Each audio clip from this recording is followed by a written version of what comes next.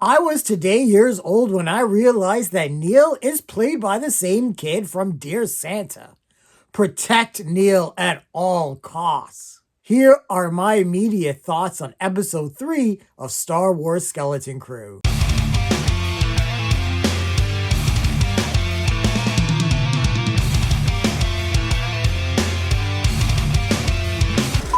Hey everyone, this is Lenny here. So we're just going to get into episode 3 of Star Wars Skeleton Crew. This episode was titled Very Interesting for an Astrogation Problem. And this show is cooking like some fried Andorian tip-yip, so let's just get into it.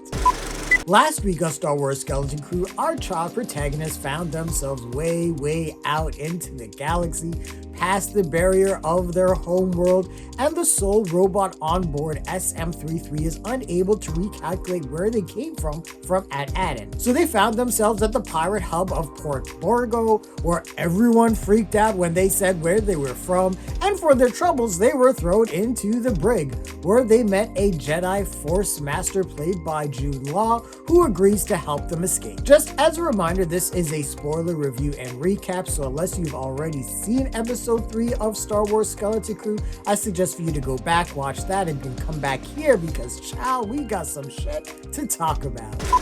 So the first thing about this episode I really loved is that it went out of its way for the audience to get a real read on all of our child protagonists. We've learned a little bit about Wim, Neil, and Fern, and I was afraid that KB, played by Carrie-Anna Crater, was gonna be lost in the shuffle as just being known as the tech girl, but this episode really fleshed out her character as she was the one that showed the most mistrust to Jadna Narwood, played by Jude Law, rightfully so. So this episode was really about KB stepping up to the plate, and I really enjoyed it.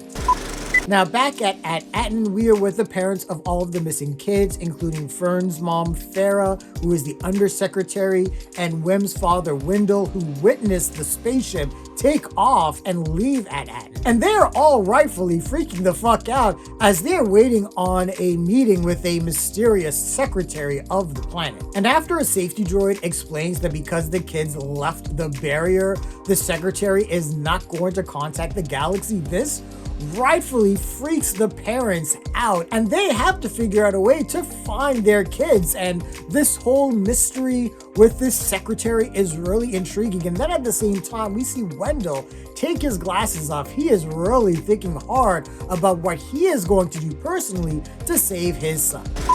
Back in Port Borgo, Jadna Narwood has helped the kids escape the prison cell. Wim is freaking out because he really believes that Jad is a Jedi, but Ferd is clearly sus about the whole situation. Now, Jad is clearly a con man and knows how to say the right things all the time. For example, when asked why didn't he free himself when he could have easily taken the key and done so, he says, well, I didn't have a ship, so there was no reason for me to escape. That makes sense. And at one point when they're escaping, when KB is able to use her visor to see around the corner to avoid some pirates, similar to how Jad was able to earlier in the episode, Jad gleefully replies with, "The Force flows through us all." Jude Law is having a good time with his character, and I am having a good time with him. Now the kids are adamant to not leave SM-33 as he came with the ship, and he knows everything about it inside and out. When John refuses, Fern calls him out saying, "I thought the Jedi never left anyone behind," and John's shit-eating grin, while Wim also adds, "Hey, you're a Jedi, right? You can just do anything," is absolutely hilarious. And yes, it is confirmed that Jad is Captain Silvo, the pirate from episode 1, but it seems like he has a bunch of names. For example, he's also called Crimson Jack. This dude has more names than a member of the Wu-Tang Clan. Jad is able to find SM-33 and the rat that lives in his eye hole, but one of his old crew members is about to narc him out.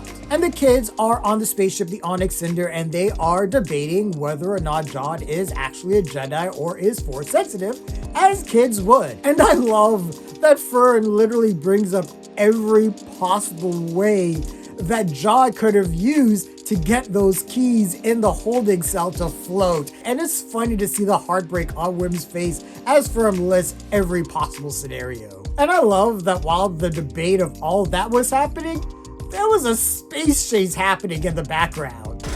So Jude races back to the ship with SM-33. They try to escape, but they are stuck on a fuel line. And this scene is pretty awesome as Jude maneuvers this poor ship around the port. He is pulling metal, he's pulling on the fuel line, he's getting it cross-wired everywhere, and he is just playing bumper cars with this ship. I can't imagine how much it is going to cost to repair all of the paint damage for all of these spaceships. Jude then decides to use the hyperdrive, which no one knows how that's going to affect anything as they are stuck on that fuel line. And we find out, and it sucked for anyone at that port as that fuel line destroyed a bunch of shit and I think even killed a couple people. In hyperspace, KB powers SM-33 back up. We also get a great little scene in Smash Cut where Jude says, "Hey kids, it's time to go to bed." And Fern's like, "I'm not tired." Smash Cut, she's asleep. Classic edit. Now Jude uses this time to search the captain's quarters to find new clothes and new weapons, but SM-33 catches him in the act and says that he is not going to take any orders from Jude. The kids also wonder what is this treasure that could be on their home world that these pirates are clamoring for. Neil mentions it could be part of the great work that everyone is working on that planet. Their parents are mostly analysts, and Wim rightfully realizes that probably what they are analyzing is the money from their planet. And remember, they are using old Republic credits from At-Aten that really shouldn't exist anymore. Now, while all the kids are asleep, KB is staying up and she is just watching Jude. She doesn't trust him. She says the odds, never tell me the odds, are that Jude most likely is not a Jedi. Jude tells her not everything can be calculated and she should trust her gut instead of trusting her head. I love the next scene and the next world that we visit. It is a moon that gives us some of the best cinematography we have ever seen in Star Wars. And as they are walking through the wilderness, the kids are sort of wondering why they parked the ship out this far. And Fern rightfully realizes that Jude is trying to hide the ship. And we get inside of this compound, which is sort of an observatory, and we meet sort of like this owl cat woman hybrid named Kim, who is there to help Jude out in terms of finding this planet. When the children mention that they are from At-Aten, this rightfully freaks Kim out, and she flies, she gets a scroll, she lets everyone know that their planet is actually being hidden. Long ago, there were multiple worlds called the Jewels of the Old Republic that were pretty much hidden from the rest of the galaxy, but they were all destroyed, save for one At-Aten. And Jude and Kim realize that the kids themselves are in fact the map. Now, as Kim dives deeper into the kids' lives, she finds out that there are a lot of important moments from the Star Wars universe that they aren't even privy to. They have no idea about the Galactic Civil War. They have no idea that Alderaan has been destroyed. And Kim takes a medal from Fern's backpack and she's able to use that to sort of cross-reference to where her homeworld could be. But it is at this point that Jude sort of realizes that Kim is stalling. And in one of the weirdest and funniest moments, we see Kim attack Jude, and it's just this owl puppet CGI thing all over Jude Law, and he's struggling. He throws Kim across the room. These kids are like, what the fuck is happening? Jude shoves her off. He takes the chip that sort of serves as the map. He blasts the computer so no one's going to be able to follow along with the data. KB checks on Kim, who tells her, hey, do not trust this guy. Don't trust Jude. He probably told you to use your gut, but really use your head. She also lets KB know that she can call Kim at any time, and I'm sort of wondering how that's going to work. Now, the kids want answers out of Jude, preventing him from entering the ship.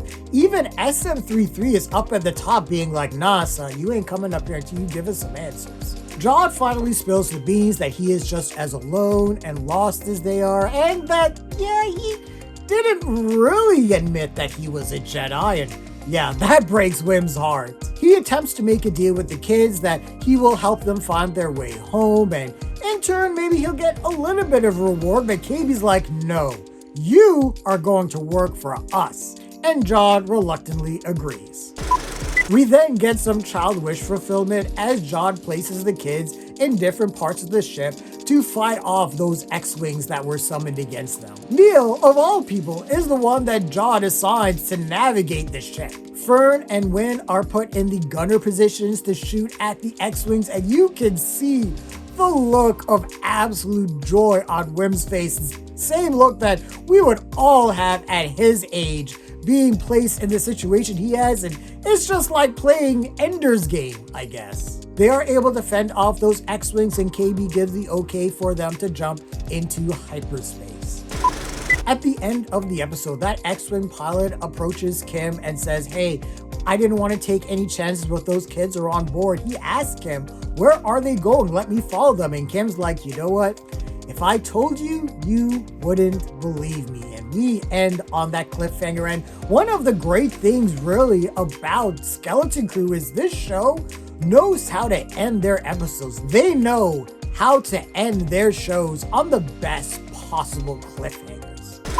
All of the mysteries and secrets that are being unveiled about these kids, about the planet they're from, about the world that they encompass and that their parents are part of. There's so much going on, and I can't wait to see what the parents are going to do. Are they going to take some initiative themselves to try to find their kids? I want to know what the secret is that Atten is really harboring. Why have they been hidden from the galaxy for so long? And why has it seemed like they have been pretty much shut out of all of the history that has to do with the Galactic Empire? And I'm just wondering that if Atten is discovered, is that going to spell doom for everyone on that planet?